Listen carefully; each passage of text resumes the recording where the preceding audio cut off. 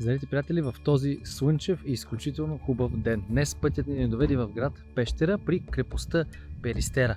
Крепост, създадена някъде около 4 век, забележителност за града и ние с радост искаме да я посетим, тъй като е наистина нещо уникално. Времето днес е супер, може би около 26-7-8 градуса, както чувате духа и доста приятен вятър, така че не е някаква убийствена жега. Айде да ходим нагоре. Ето ги момичета, ето го и господина.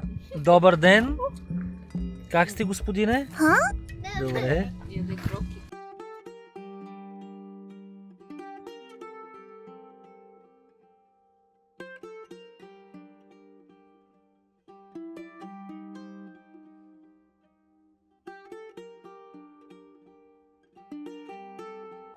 Оказа се, че по-скоро това, което ми направи неприятно впечатление, е, че има път, който е за инвалиди. Ние сме с дете на година и 2 месеца и не ни пуснаха да се качим по него. А стълбите, сега ще ви ги покажа, изглеждат ето така и са около 100 на брой. Докато реално се стигне до крепостта, която е ето там отгоре.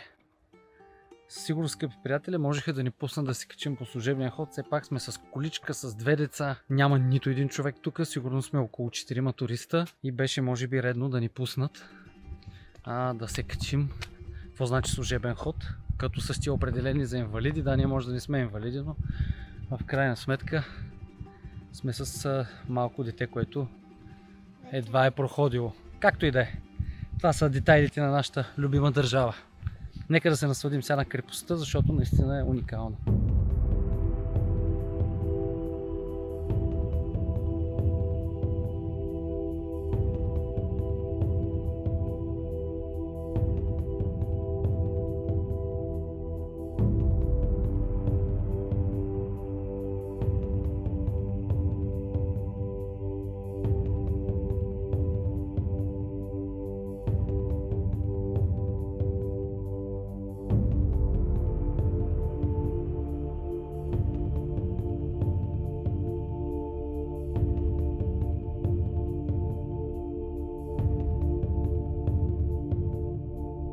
Виж какви делви има, старин.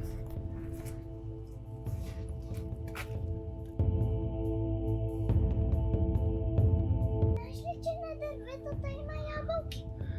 Това е орех, тате. Не са ябълки, това е орехче. Оле, колко е красиво тук, какво ще кажеш? Мале, каква гледка, каква крепостна кула.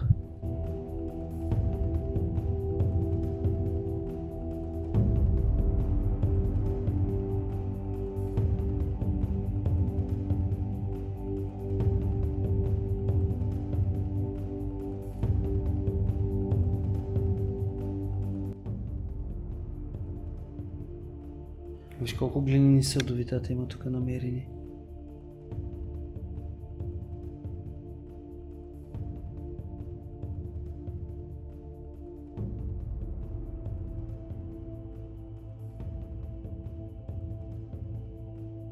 Нещо уникално за крепостта са именно тези съдове, които аз погрешно наричам делви. Това всъщност са долиуми, керамични съдове за съхранение на храни и течности с различна вместимост и с височина от 70 до 170 см.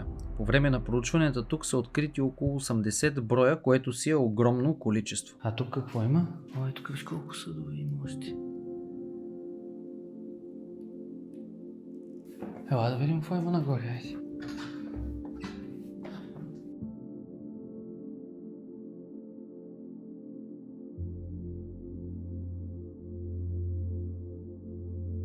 Това прозорче най-вероятно е служило за наблюдателница или оттам са стреляли с стрели при евентуално нападение от противник. Доста интересна малка ниша, в която, така ще зумна лекичко, в която човек може да се пъхне и да стреля. Гледката е типична за крепост. Виждате абсолютно всичко. Това са археолозите, тати, които са открили всички тия неща тук.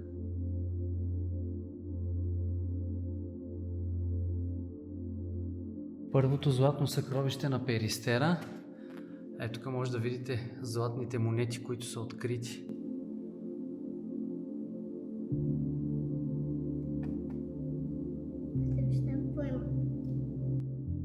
Интересен факт, който ще ви прочета сега. 14 от тези златни монети, именно 8 солида и 6 тремиса, са открити в останките на един от тези въпросни долиуми в югоизточната Кула църква.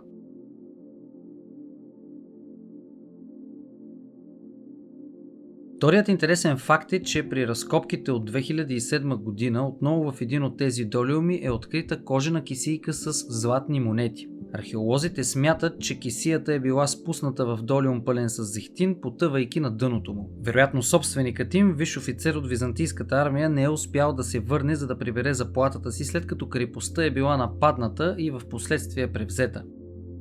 Тогавашните нашественици, славяни и прабългари, се заселват за кратко в руините на цитаделата и поставят началото на средновековното поселение, наследник на което е и днешният град Пещера. А тук можете да се насладите и на тремисът на Тиберий II Константин, който бележи крайната дата от съществуването на византийската крепост. Тази монета е изключително рядка, като втората известна такава е открита в Константинопол.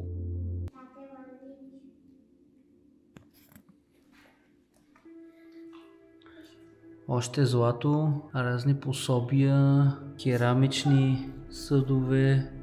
Тук гледате какво е открила малко. Това е второто златно съкровище. Ето тя.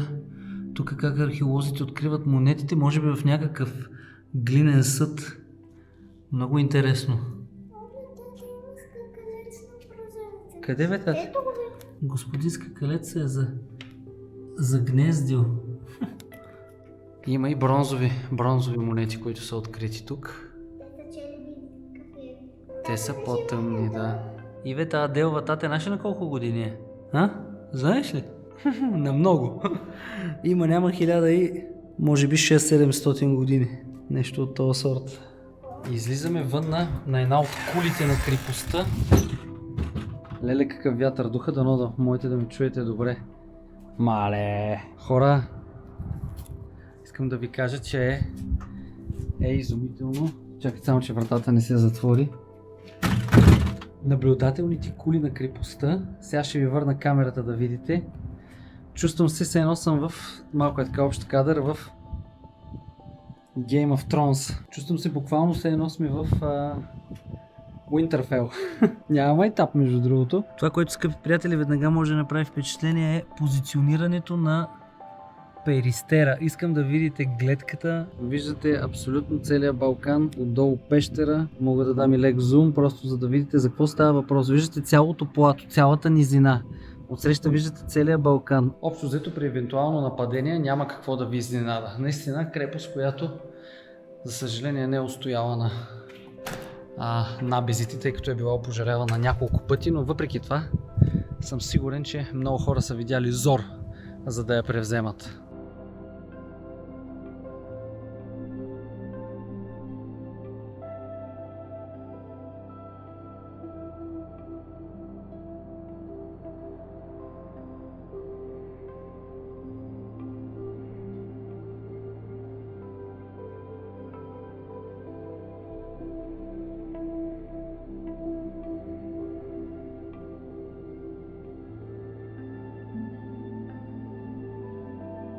Само си представете как преди 1500 години тук се е извършвало нападение, тази крепост се е отбранявала. Искам само да видите, сега ще ви завърта камерата, за да видите срещу нас отляво, всъщност няма нищо, отляво е гората, планината с някакво дере и изведнъж тук пътечката, по която могат да минат туристите и изведнъж стените на крепостта. Доста наистина интересно място, което си заслужава да посетите. Наистина разкрива частица от нашата история. При това доста добре запазена.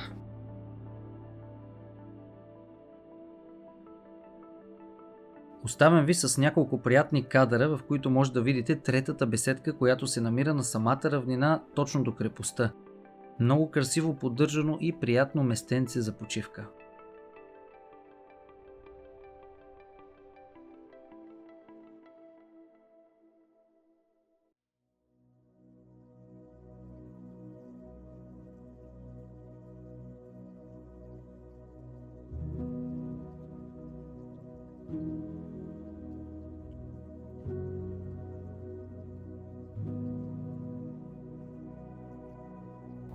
Има две страхотни беседки. Аз говоря тихо, защото малкият е заспал.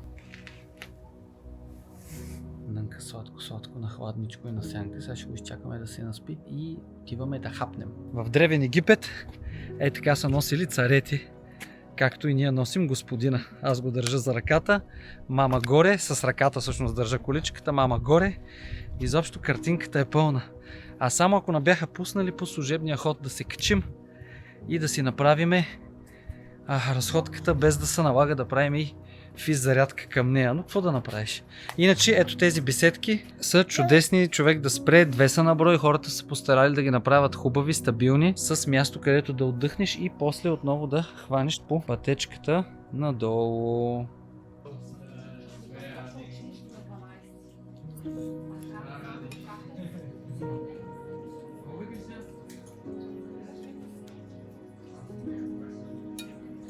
Хапнахме по едно шкембе и аз, разбира се освиних. Вижте ми бузата на какво прилича. Без да искам ударих лъжицата и се изсипа върху мен една лъжица шкембе върху бялата фанела. Чисто нова фанела. Слагам я за първи път. Ще откача. Но съдба. Хора, дойдохме и в парк Пещера. Как го похвалиха. Ще го видим какво представлява. Малко да се разходим. И след това ще си хващаме обратно към Пловдив.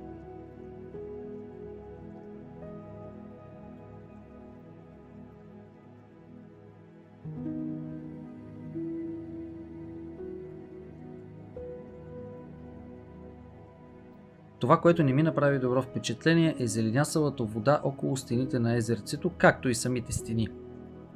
Със сигурност може да изглежда и далеч по-добре.